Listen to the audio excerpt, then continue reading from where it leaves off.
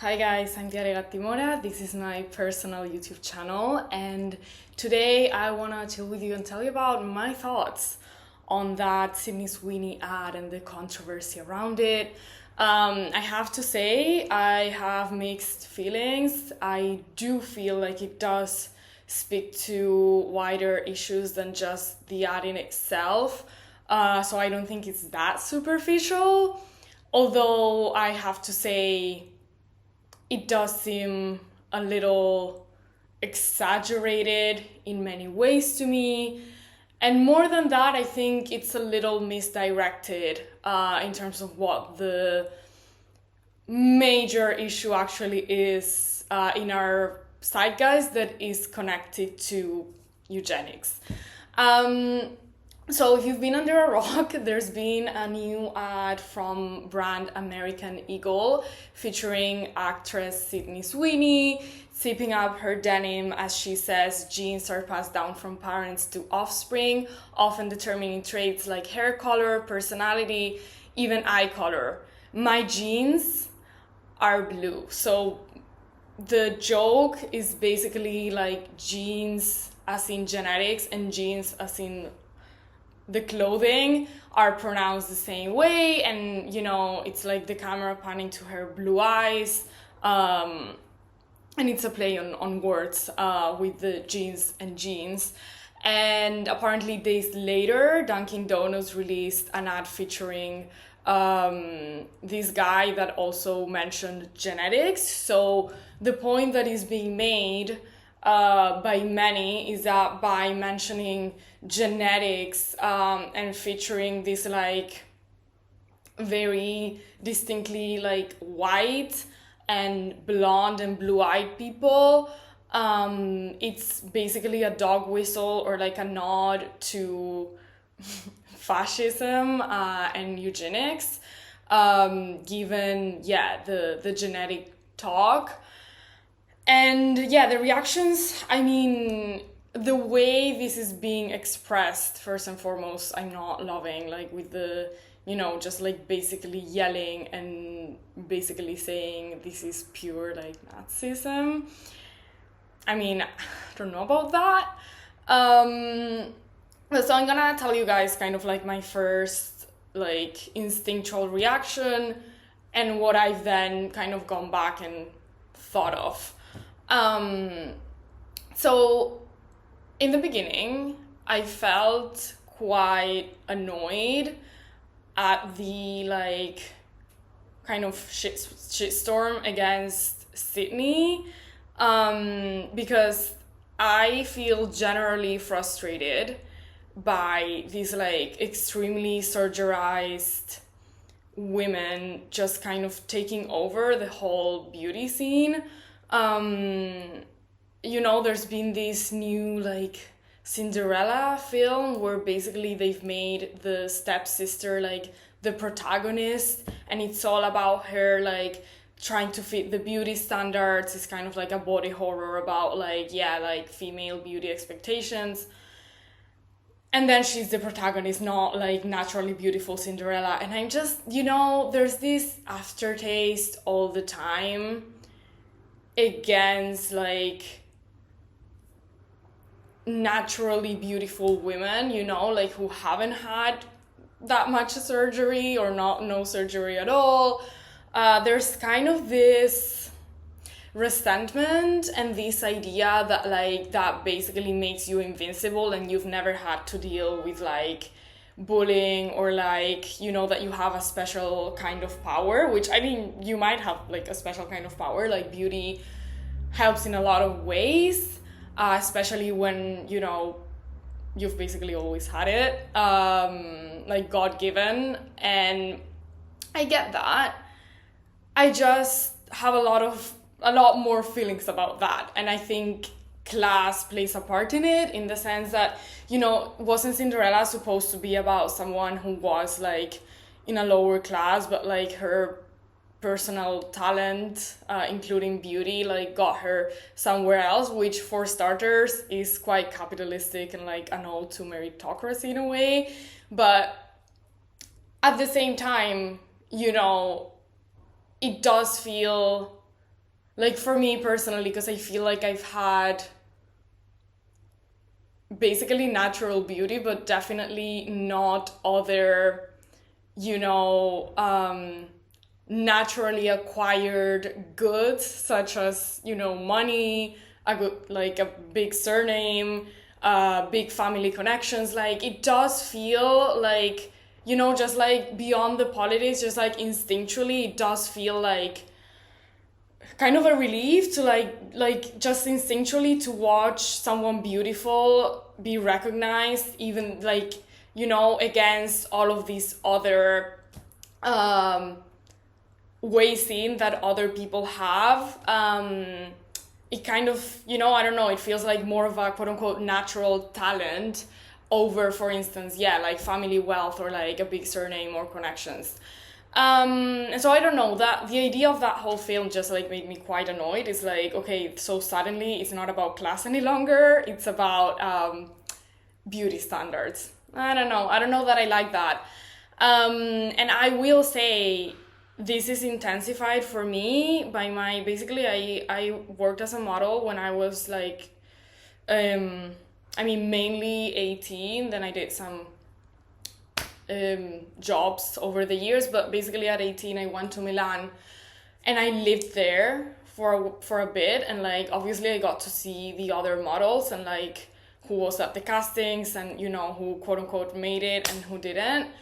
And the amount of stunning, gorgeous women that were there that I've never seen on a cover, or, you know, that were basically into that with their agencies, who were like sharing these tiny model apartments, and just honestly doing a very difficult job.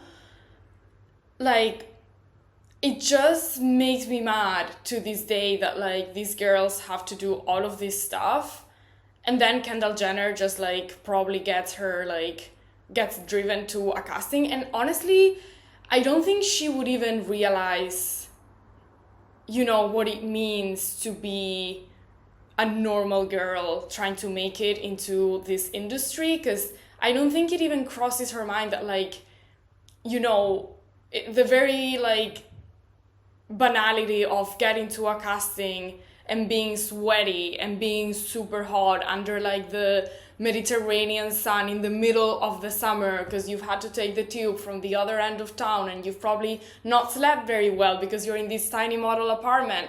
And like, to these people, I don't think they even realize that, let alone not being able to afford surgery, not being able to afford a personal trainer. Like, honestly, it just, you know, it just instinctually makes me mad. Even the fact that, yeah, like women that are deemed beautiful or like sexy, like there's this idea of like invincibility that I've definitely felt used against me, like in a way where like it becomes okay to like try to humble you, humiliate you, and basically like, yeah, try to get you down to their level. But you know, to them it's okay, because I mean, you are beautiful, so you're probably like gonna be fine, you know, in that sense. And it's just like, dude, like Sydney Sweeney herself was literally trending for being quote unquote ugly at some point, which is obviously ridiculous.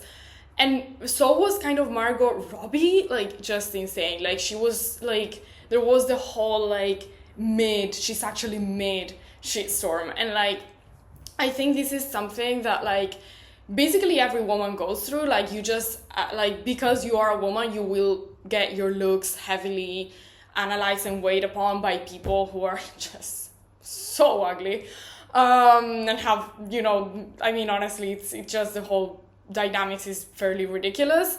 But I think especially when you are sort of, somehow you've gotten into a category where like there's, you know, your beauty is a thing, therefore it becomes even more questioned, and it needs to be like even further analyzed.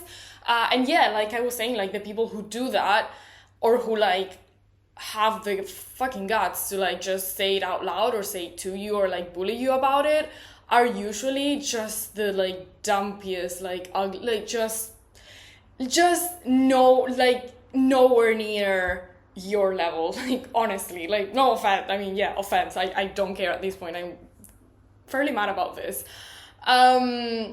You know, it's like you will never see someone come for you that's like actually confident and like looking great. It's always people who you could turn back and be like, are you really telling me about my weight? Like, can we please like stand in front of a mirror next to each other, and then you can see the absurdity of you telling me that I have any sort of issue. I mean, it's just beyond. Imagine these people behind their screens typing like Sydney or Margot are mid, like just fucking surreal. So I'm kind of mad about that. I will say though, I think there is a space for criticizing sort of not people individually, but a sort of ideal, or like what's being, you know, celebrated, or what's being used in like fashion and film, etc. And that's like, again, not against any one person, but just in general. And I do think, yeah, there is a place to bring that up without it being jealousy. I don't think any critique is jealousy. And I think, to me, the critique that I would make to even the Sydney ad or that kind of like archetype is that not even herself, but like the Kylie Jenner type woman idea. Like, I think it's these highly surgerized celebrities, right? Like very, very surgerized, who end up all looking the same because they're like, I mean, literally plastic.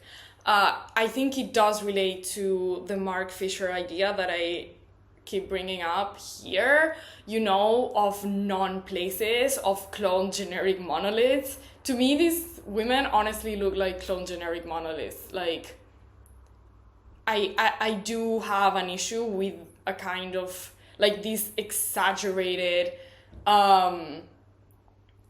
surgerizing and like this beauty ideal of people who basically have no recognizable characteristics, which very much replicate they're basically a reflection of the general conditions in big cities especially. But yeah, pretty much everywhere that becomes a non-place, where the character, the personality of anywhere or anyone becomes completely destroyed in favor of just this generic idea that goes with this sort of decaying phase of capitalism and globalization. And so, yeah, I do have a problem with that kind of beauty ideal. I don't like it. To me, like someone that would really stand out as like a beauty ideal that I would love, and that I would love to see in media is, for instance, Vivian Lee. I think someone like that really like, you know, it is admiring like just this incredible beauty. And so is Monica Bellucci to me. It's just this incredible beauty that also tells a story with her face. Like, I see, like, even in a photo, you can tell there's like something more there. Like, these are people who can tell a story that is more than just, you know, being a human shopping center. Sorry if that's harsh, but like it's just my thoughts and like just what I would love to see reflected. And I think honestly it would be a lot more encouraging to, even if they are exceptionally beautiful, but I think that would still be more encouraging to any woman to see that like something that really does count is having your, like, the fact that you are open to, like, you know, having a stance, being an agentic subject, telling a story with like your eyes and like your style, just indulging in that, in your own ideas and personality and, you know, yeah, place in the world, rather than just having to conform to the same mold. honestly, I do like, I believe that would be more interesting for every woman, even if they're like conventionally like attractive or not. And again, I'm talking from instinct here. This is not my like most profound political analysis. But yeah, I am annoyed at this, you know, just humbling of beautiful women. And I would encourage everyone who like thinks it's so fun to like, yeah, humble women who are beautiful and know it. Like, you guys do realize like plenty of stunning women have been bullied and like diminished because like you're beautiful in different contexts and like at different ages. To me personally, like in my teenage years, so much for the discourse on how bad Victoria's Secret is. So because I was in like a very Latin American context where like the beauty idea was like Jim says from like I don't know, Daddy Yankee video clip, I was literally like, I looked like a European model, and like there that was not a vibe. Like, I mean, you would always have some sort of privilege because like Finn never really went out, and like, you know, like you are like a canonic, like classic, more classic kind of beauty, but like still like that definitely got me bullied or like was part of the bullying. And to me, what actually I found exciting and like relatable and aspirational all at the same time, like something that I could very realistically like aspire to, but that was already representing me in a way, was basically Victoria's Secret models or like Kate Moss, Carla Bruni, so 90s like, you know, thinness. So honestly, like this idea that every woman feels the same and that we just have to like humble some women to like relieve other women, I mean, honestly, just shut up. Like, you guys know nothing. Like I said, I mean, Sydney herself has been like basically bullied. A lot of models have in their younger years. I think it was Adriana Lima, definitely Bella Hadid. I mean, just, you don't know. Like, you don't know, have some fucking respect. Like, it's just a ridiculous kind of discourse. Anyway, that was a very long preamble of like my personal feelings and thoughts. And the main point I want to get out of this is, you know, Nepo baby fatigue and like frustration for me is pretty real, because again, I've seen so many gorgeous people out there who want to do a good job and who cannot. And so, I don't know, I just like wish that got recognized as a talent on some level. But I will say, now getting more into the politics of this, I think ultimately the reality is that the workings of meritocracy are pretty unacceptable. That is not to say you shouldn't be recognized for a certain talent, but that is to say that those at the sort of shorter end of the stick should still have power and control. Like, the level of inequality of those things are just completely unacceptable and not something to base society on. So ultimately, I do believe it's not about, oh, who's the most beautiful? It is about like, yeah, having more freedom, more power, and more control to, you know, basically decide democratically what gets to happen, what doesn't, and who gets to represent what, basically. So I'm gonna get more into the ad. There's this article by Emily Jashinsky on Unheard. It's titled American Eagle and Dunkin' Donuts Signal Post-Woke Turn. And I'm gonna read a couple of quotes that I found like I initially agreed with. So, American attitudes on race simply aren't receptive to that kind of messaging. the eugenics idea, despite what race hustlers like Robin DiAngelo claim, and the sliver of the population that is receptive would be too small. Just a few years back, CNN reported on a metric long used by social scientists as a proxy for racist attitudes. When a Gallup poll first asked Americans about their views on marriage between black and white people in 1958, only 4% approved, the story noted. Last year, that number was 94%, an all-time high, with 93% of whites saying they approved. The numbers don't lie. Whatever fringe ideologies are swirling online, the broad arc of American public opinion has moved decisively toward racial tolerance, and it's that consensus, not extremism, that defines the mainstream. I mean, that makes sense to me. I would say in Southern Europe, where I am, I don't think that would be much different. I don't think an ad that was, just very going for the eugenics idea or like the racist ideas, like, I don't think it would triumph like this. And especially, I don't think even this ad has triumphed amongst the wild majority of people. Like, there are extremes on the right, but I don't know, I just honestly don't contemplate a eugenicist mindset or even a fascist one of the biggest problem of our time. I don't think that's where we should be looking at for the most part. Basically what Emily says is the aesthetic is unmistakably pre-woke, a return to using sex appeal to sell jeans and coffee rather than politics. And I think that's actually kind of it. Like, that is true. It does, like, it's not like nothing. Like, it does signal a certain turn. That is for sure.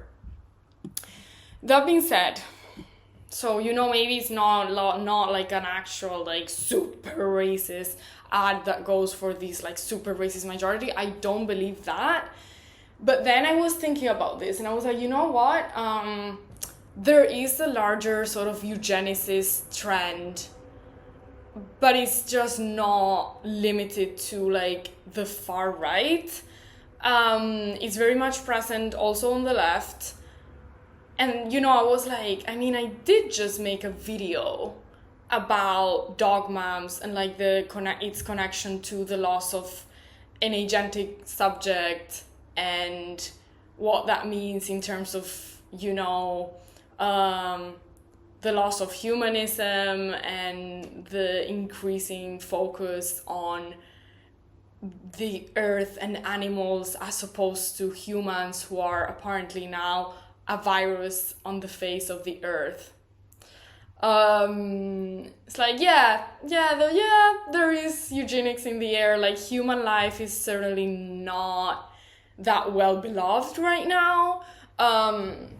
So maybe there is something here, actually, that might be making a reference to that, with this idea of, like, the superiority of some beings over others, and letting nature flow, and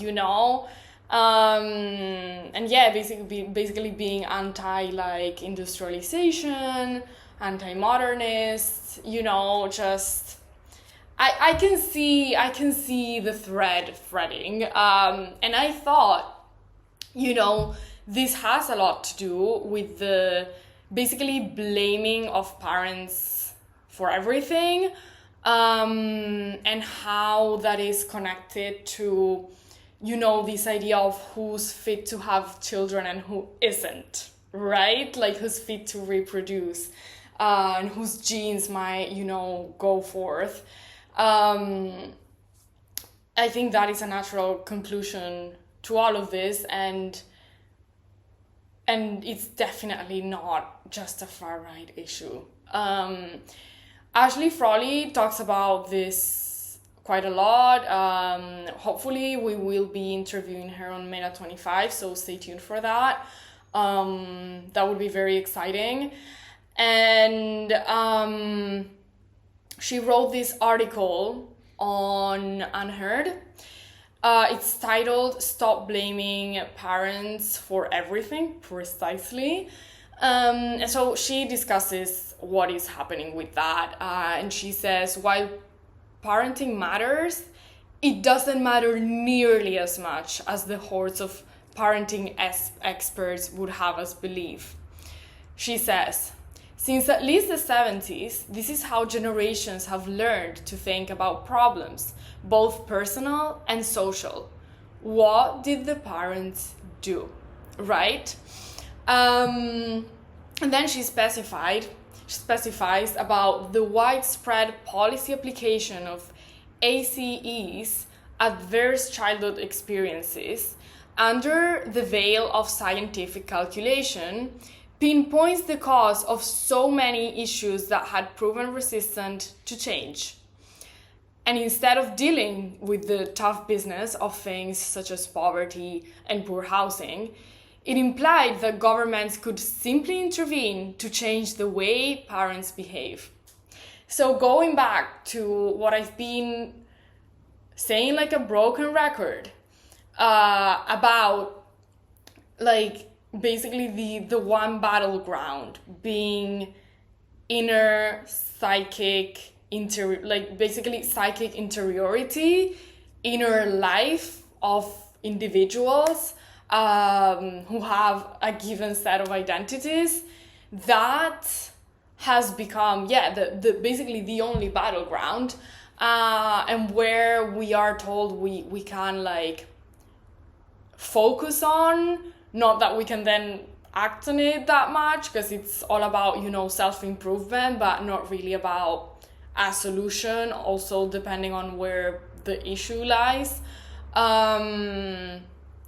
And you know, that completely is aligned with this, right? So the problem isn't the material conditions people find themselves in, it's their parenting skills. Of course, it's like their psychological traumas that are leading them to be bad parents and creating further trauma in their kids. It's not that they can't afford a home or that they're away all day because the working hours are insane, or maybe they need 2 jobs. Households definitely need 2 incomes, so you know what I mean. Let's refocus the problem on the parents and their psychology, and their parenting style, rather than the material conditions that they're in, or certain, you know, trends that we are being told are ideal, such as, I don't know, your kid speaking 7 languages instead of your kid actually having access to, you know, third places, a stable social net, to developing larger families, you know.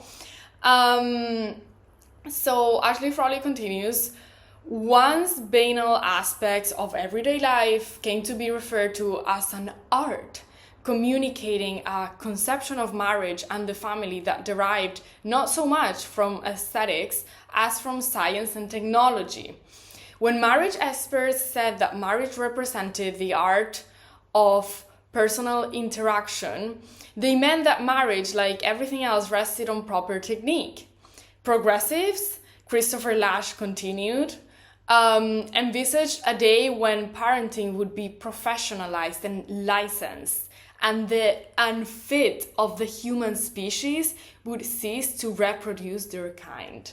Right.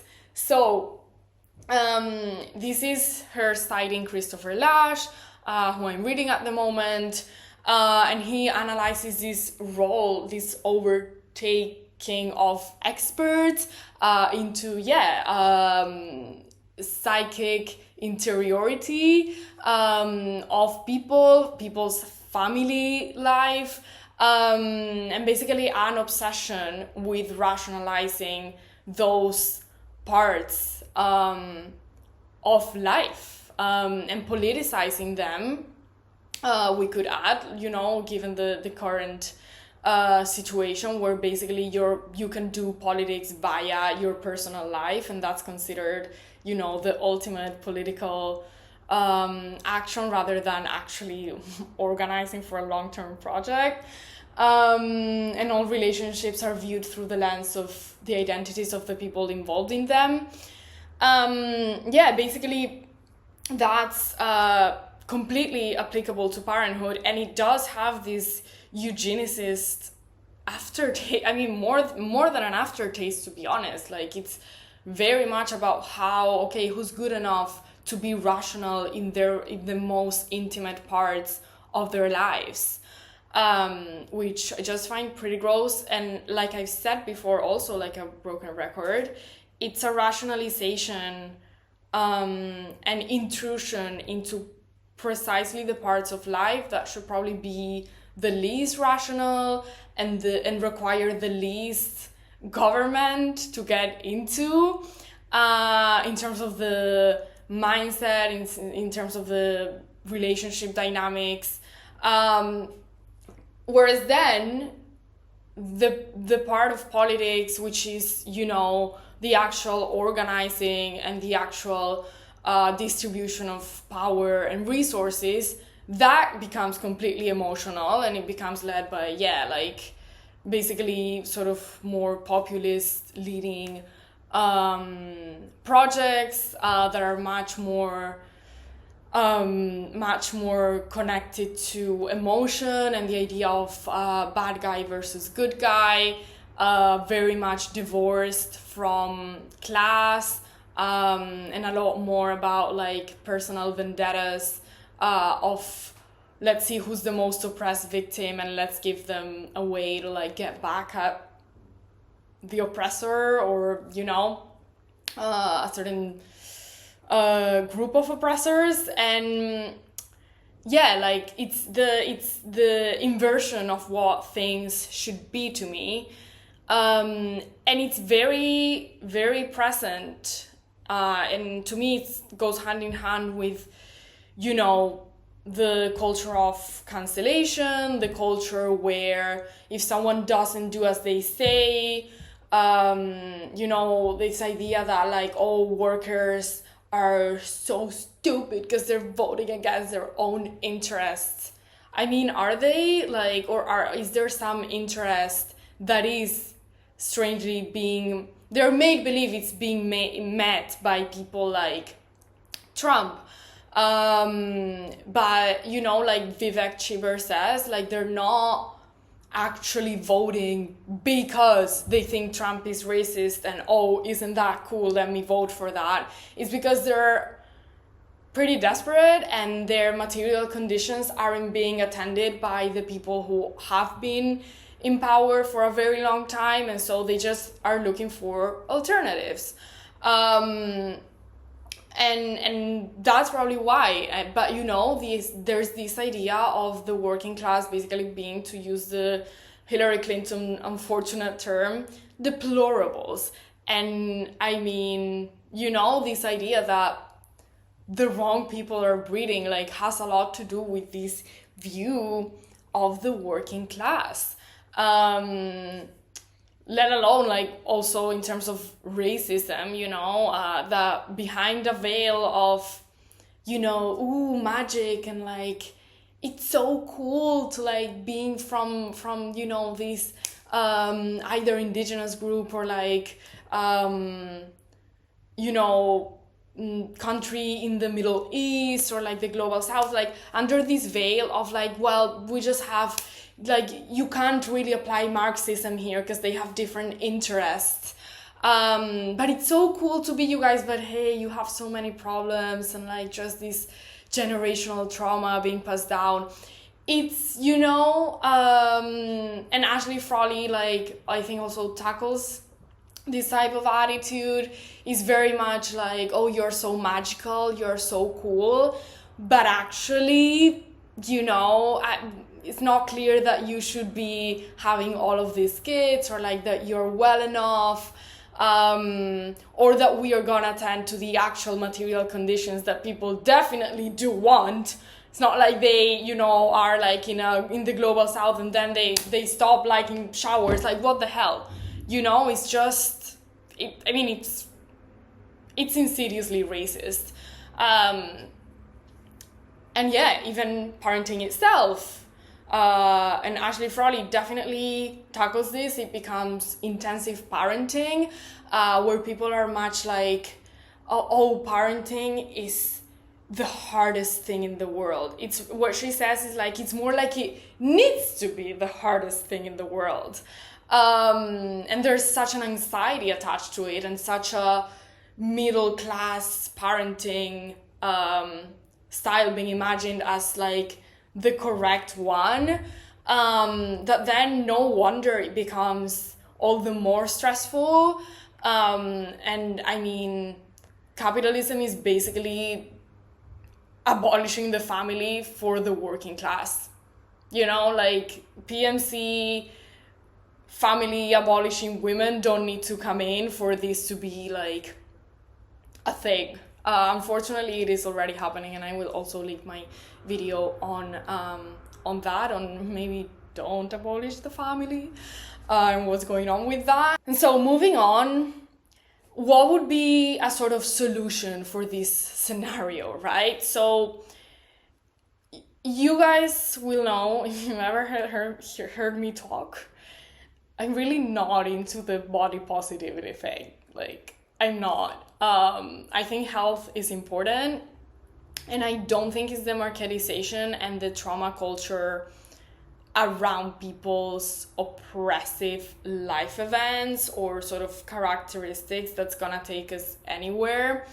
I think that's just a very bad idea.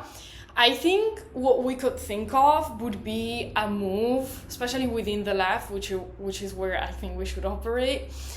We should think about a move towards an agentic appreciation of health and beauty, kind of like working towards that in a way that is social, and that is, like health-based in terms of what can the state give us, that isn't, insidiously occupying the most intimate psychological aspects of our lives. Why not providing services that are, available to everyone, solid, and that do foster beauty and health, not just, making okay your psychic pain and your being overweight. Like, maybe let's change the conditions that make you that, or that make you, not eat as well as you could, not having time to practice sports. Let's maybe bring back an idea of beauty, human beauty, agentic beauty, rather than just magic and just getting beyond people ourselves. And to this, I want to bring up this article that I read on Jacobin. It's called Julius Deutsch, an anti-fascist who organized workers on the sports field. It's an interview with Gabriel Kahn by David Broder. On Jacobin. I thought it was a very interesting case study. Basically, Austrian socialist Julius Deutsch was a key figure in Red Vienna and its workers' sports clubs. And the article reads, in Austria, the workers' sports movement was closely connected to workers' defense from the rising fascist threat. One of its most important figures was Julius Deutsch, who also founded the anti-fascist Schutzbund militia and became a military advisor in the Spanish Civil War. Basically, this guy led this sports movement, which was also anti-fascist, and it was a way for sports to have a place, a social place, and an organized place within the working class, you know, kind of recognizing its importance, fostering strength, but also health. For Deutsch, sports were about common experience, health, recreation, and building self-confidence. Anything commercial was deemed a result of bourgeois influence and corruption. And we see that now, right? Like, so many sports become commercialized, and the beauty of them and, you know, the physical challenges that might be more sort of aligned with building healthy, sustainable physical strength get taken over by the commercial purpose of them. So does obviously the social aspect of sports and the, you know, actual well-being and confidence and strength and like that feeling of being agentic over your own body. Like, it just gets taken over by this commercial aspect of it. And then, you know, people look for easy solutions like plastic surgery, circle closed. And, you know, it's a shame because I do think, you know, healthily practicing sports is an unambiguously healthy thing to do. And, you know, instead of us just going on endless meetings, trying to spot who we can cancel next, and basically just whining about everything 24/7 like we do, and not just everything, but like about like, you know, the least interesting stuff to whine about, like Trump is not good, like, you know what I mean? I think our time basically could be better used via these sort of projects, you know, definitely over projects that are about like body positivity and, you know, basically the celebration of very unhealthy shapes. Again, not because they oh my god, they look awful. No, it's about health a lot. And I don't know, I think this is a place where the state should maybe, facilitate spaces where sports can be done instead of, you know, making us incredibly unhealthy and then trying to get into our psyche. Another point that I know makes me quite unpopular, but I think we should definitely tackle more is drugs are bad, period. Like, they are. And having a passive attitude to these unhealthy ways of living doesn't look great to me. Also because, again, like, we have this, like, broad, like, just legalize everything, just, like, you know, like, destigmatize everything, like, have, like, a neutral view on this, whatever. And then people have psychological issues, and then, let's help people with their psychology and self-improvement. And it's like, well, simultaneously, you are kind of, you know, approving of this kind of substance. So, I don't know. Dustin Guastella, I think, is definitely the go-to person for this topic. There's this article of him on Damage Magazine, Making the Present the Enemy of the Future. It's extremely interesting, and it analyzes the Portuguese model for drug consumption. And basically, what they did was, like, you know, there was a mix between kind of allowing people to use drugs in a safer way, but then when the part of the project that involved kind of helping them abandon drug use kind of like fell short, like what basically like wasn't given the importance it should have been, then things kind of became worse, not better. And so Dustin Mastella says, when it comes to the drug problem, is the role of the state nothing more than to provide non-judgmental nurses to search for the last veins plump enough to safely inject heroin? follow this train to the station and you begin to wonder, what's the point in reducing harm if we have no intention of, nor belief in, enriching life? And that's a very good point, because that's just, you know, endless sort of covering the wound, not really healing it. It's such a band-aid solution to just, let's be less judgmental and let's help people like drug themselves more safely. Like, if there isn't also willingness for, first of all, to ameliorate the material conditions that are leading people to do this kind of thing, to start doing this kind of thing in the first place, but also projects that help them get out of this situation. If that's not there, the don't criminalize is not really gonna do much, is there? And I mean, this is part of the larger problem of we need better jobs and we need to reindustrialize. So ultimately, to me, it comes down to that.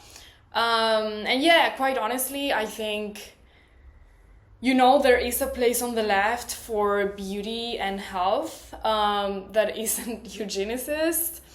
The eugenicist situation is kind of what we have right now. So that ad, yes, does recall something that is taking place, just maybe not exactly in the way people think. But yeah, that also doesn't mean we need to go back to this sort of media scenario where we are celebrating surviving unhealthily instead of aspiring to be as healthy as we can be, as beautiful as we can be, in a social, materially supported way. Anyway, very complex topics. I do suggest you check out the background info here, to be honest, and the people who discuss these kind of issues that I mentioned. They've really helped me a lot and made me think when my instinctual reaction was quite, you know, basically being annoyed and a little like, come on, I mean, can you give us one thing, like when you have like, I don't know, just one quote unquote God-given gift, I guess, like it's just like a little stressful when you feel like it's been diminished, but then, you know, you have to like sit down, think through, consult good sources, and actually develop a little bit of a more complex opinion, which I'm trying to do. Let me know what you guys think. If there's any misunderstanding on these quite delicate topics. And yeah, please subscribe and like the video if you did. And I will see you back here.